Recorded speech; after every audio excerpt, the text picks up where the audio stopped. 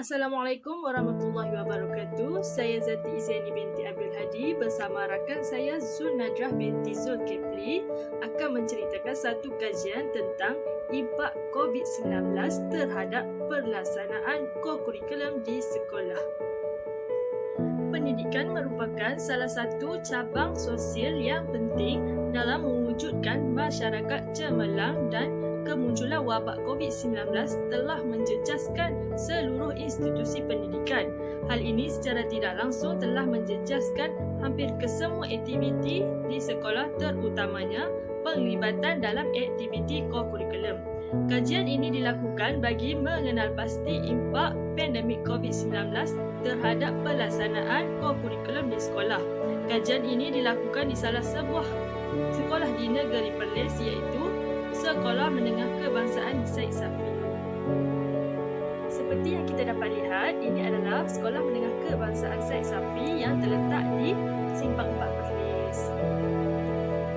Proses-proses termual untuk kajian ini adalah yang pertama, menghantar surat untuk memohon mengadakan termual bersama penolong kanan kurikulum.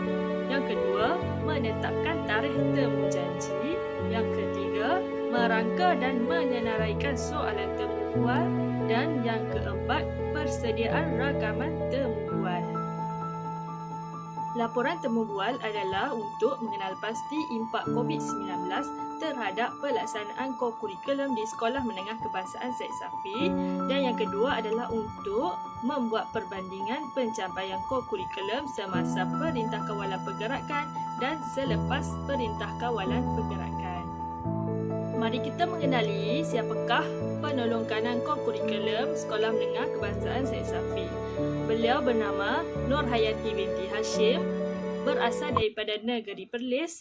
Tarikh lahir adalah 23 Oktober 1967, beralamat 202 Jalan Sungai Berembang, 02000 Kuala Perlis, Perlis. Pengalaman mengajar adalah selama 29 tahun di Sekolah Menengah Kebangsaan Syed Safi. Soalan-soalan termual adalah yang pertama, apakah masalah yang dihadapi semasa COVID? Yang kedua, cara-cara sekolah membuat aktiviti kurikulum semasa COVID. Yang ketiga, apakah aktiviti yang dilakukan semasa COVID? Yang keempat, apakah kesan aktiviti kurikulum selepas COVID? Yang kelima, bagaimanakah aktiviti kurikulum sebelum, semasa dan selepas dari segi penglibatan murid dan aktiviti-aktiviti yang boleh dilakukan? Dan yang keenam adalah anugerah-anugerah yang sekolah peroleh jika sekolah boleh kekal aktif dalam kurikulum semasa COVID-19. Seterusnya adalah pelaksanaan sebelum PKP. Murid dapat menyertai aktiviti kurikulum di sekolah secara bersemuka. Pelbagai aktiviti bagi sukan dan permainan, kelab dan persatuan dan juga unit beruniform boleh dilakukan seperti aktiviti perkemahan, kawat kaki dan sebagainya. Pelibatan murid di setiap kegiatan kurikulum sangat memuaskan. Selain itu, sekolah juga dapat menghantar atlet bagi mewakili segala perlawanan yang diadakan. Musim olahraga sekolah lebih meriah dengan adanya pertandingan menghias rumah sukan. Seterusnya adalah pelaksanaan kurikulum semasa PKP. Pelaksanaan kegiatan kurikulum semasa PKP sangat mudah. Setiap murid berpeluang untuk mengambil bahagian di setiap perlawanan yang dianjurkan. Setiap perlawanan yang diadakan adalah secara virtual. Contoh, perlawanan timbang bulu tangkis, pelajar akan merekod dan menghantar video kepada guru.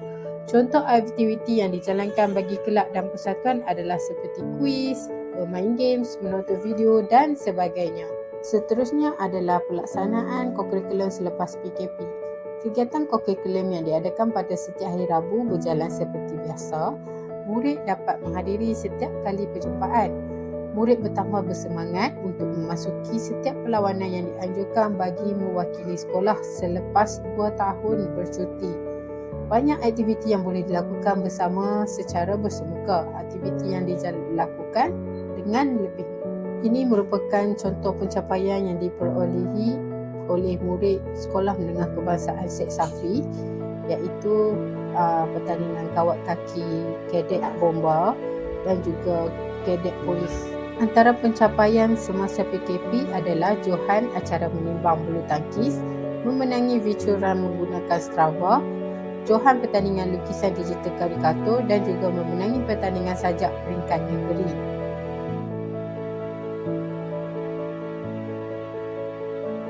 Terdapat beberapa cabaran dalam pelaksanaan semasa PKP.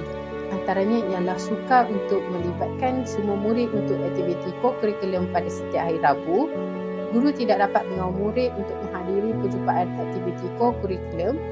Yang ketiga, murid menghadapi masalah untuk memasuki segala pertandingan yang dianjurkan. Dan akhir sekali, guru perlu kreatif untuk membuat aktiviti co-curriculum menjadi lebih menarik. Jadual ini menunjukkan antara isu-isu yang berkaitan serta pilihan tindakan yang boleh diambil. Yang pertama adalah pelibatan murid.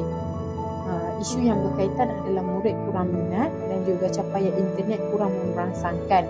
Jadi, antara tindakan yang boleh diambil adalah memberi pengiktirafan kepada murid yang aktif juga kemaskinan kehadiran.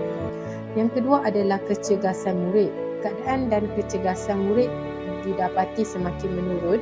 Jadi, sekolah perlu melakukan senam aerobik selama 2 kali seminggu sebelum kelas dimulakan bagi menaikkan kecergasan murid tersebut. Okey, yang ketiga adalah kreativiti guru. Kreativiti guru semasa mengendalikan pengajaran sewaktu COVID-19. Jadi, tindakan yang perlu diambil adalah guru perlu lebih kreatif dan inovatif dalam menarik minat murid. Dan akhir sekali adalah aktiviti co-curriculum yang dijalankan agak merumitkan dan juga menyusahkan. Jadi, guru perlu menyediakan bahan bantu mengajar yang memudahkan murid untuk menyertai aktiviti co-curriculum. Akhir sekali, apa yang kita dapat rumuskan adalah permulaan fenomena COVID-19 banyak memberi kesan negatif kepada seluruh rakyat Malaysia, tetapi COVID-19 juga bukan penghalang untuk murid terus kekal aktif dan berjaya.